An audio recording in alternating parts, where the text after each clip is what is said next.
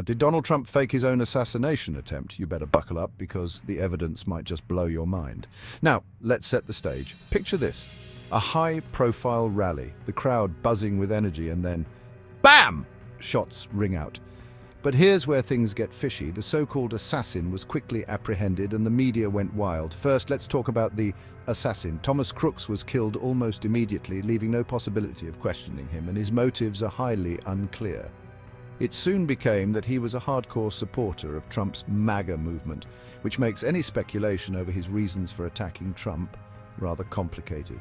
He, of course, failed at his seeming main objective, instead only killing one random audience member and harming two others. Trump emerged unscathed, with only a wound to his ear, and seemingly not that upset, almost as if he knew what was coming. He used the incident to rally his base, claiming it was proof of how dangerous his enemies are. Classic move, right? But wait, there's more. Multiple eyewitnesses reported seeing security personnel acting unusually calm before the incident, almost like they were in on it, and let's not forget the conveniently placed cameras capturing every angle. Now let's dive into the financials. Following the attempt, donations to Trump's campaign surged. A great way to garner sympathy and, of course, money. It's almost like it was planned. Lastly, let's address the elephant in the room. Why would Trump do this? Simple: to control the narrative. By staging an attack, he positioned himself as a martyr, a hero fighting against all odds. Now let's get into the details of how exactly this plan may have been executed. The shot itself may have transpired in a way that Trump was never at risk of harm. Let's break down how this could have been orchestrated. The shooter aimed far from his podium, making it highly improbable that the bullet was intended to hit its mark. In fact, aiming at his ear would have been far too risky. Instead, the damage to his ear was likely caused by a very small explosive, the kind used when simulating shootings on film sets. This explosive could have been concealed below makeup, providing a convincing yet superficial wound. Now consider Trump's close connections in the entertainment industry. With access to top special effects experts, this could have been arranged with only a handful of trusted individuals knowing the full extent of the plan. It's worth noting that there was never an examination of his wounds by standard medics. Only his private medical team attended to him, and conveniently, no medical records are available to the public to verify that it was actually a gunshot wound. The obvious culprit, Thomas Crooks, is already dead, which eliminates any chance for further questioning or investigation.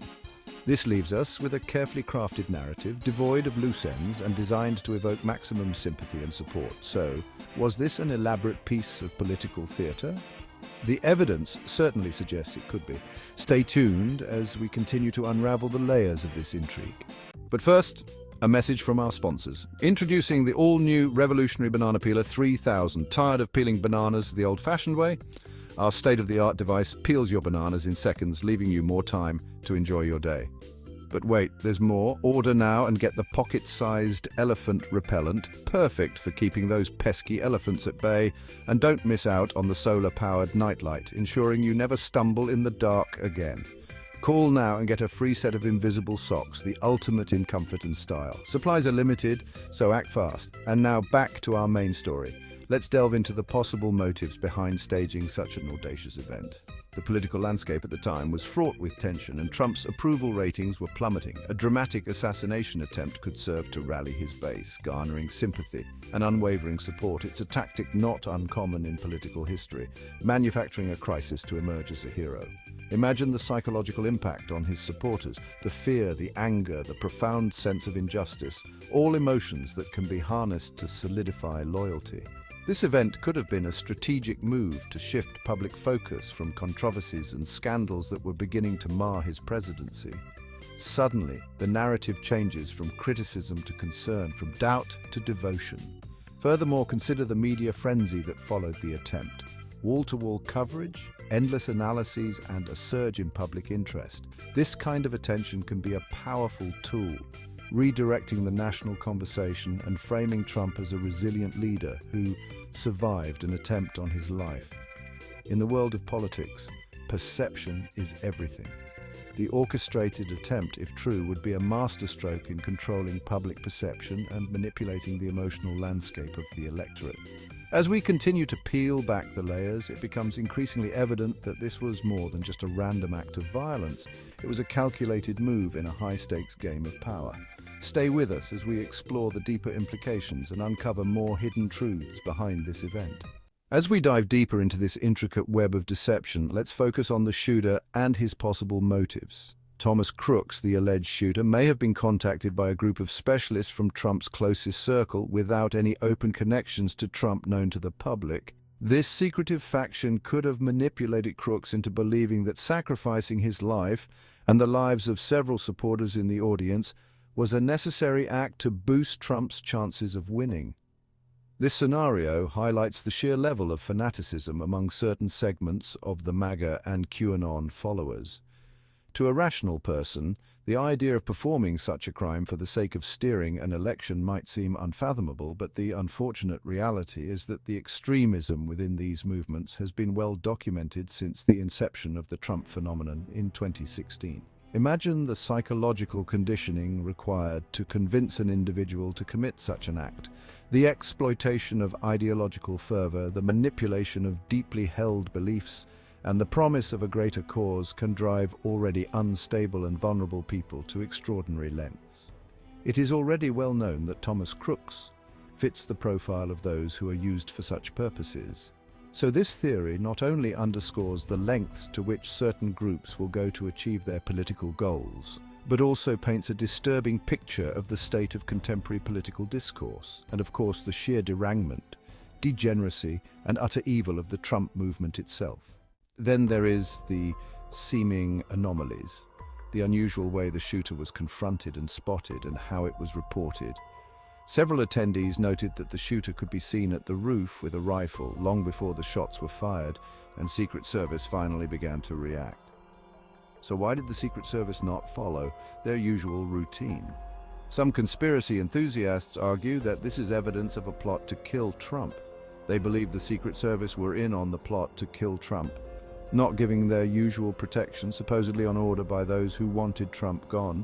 That the bullets only managed to graze Trump's ear was, in their view, just sheer luck and a miracle by their perspective. But with everything in mind, it is much more likely that there was a conspiracy to stage a fake assassination attempt. So much points to that the entire event was meticulously planned to generate sympathy and rally support for Trump. By portraying himself as a target, Trump could galvanize his base, paint his opponents as ruthless, and create a dramatic narrative that would dominate the news cycle.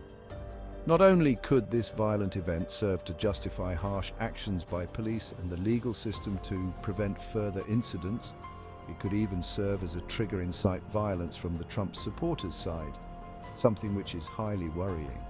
But even more importantly, this staged assassination attempt fits into the previous pattern of Trump staging theatrical events, ridiculous stunts to gain attention from those who show no interest in ordinary, sane politicians.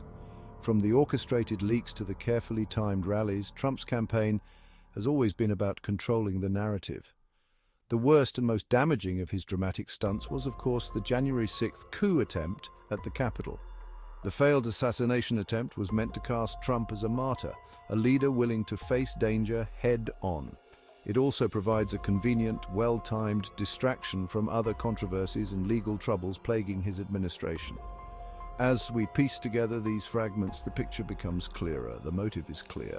As a well-connected billionaire, he has the means, and the timing was exactly when he needed it, before the final phase of the election campaigns begin.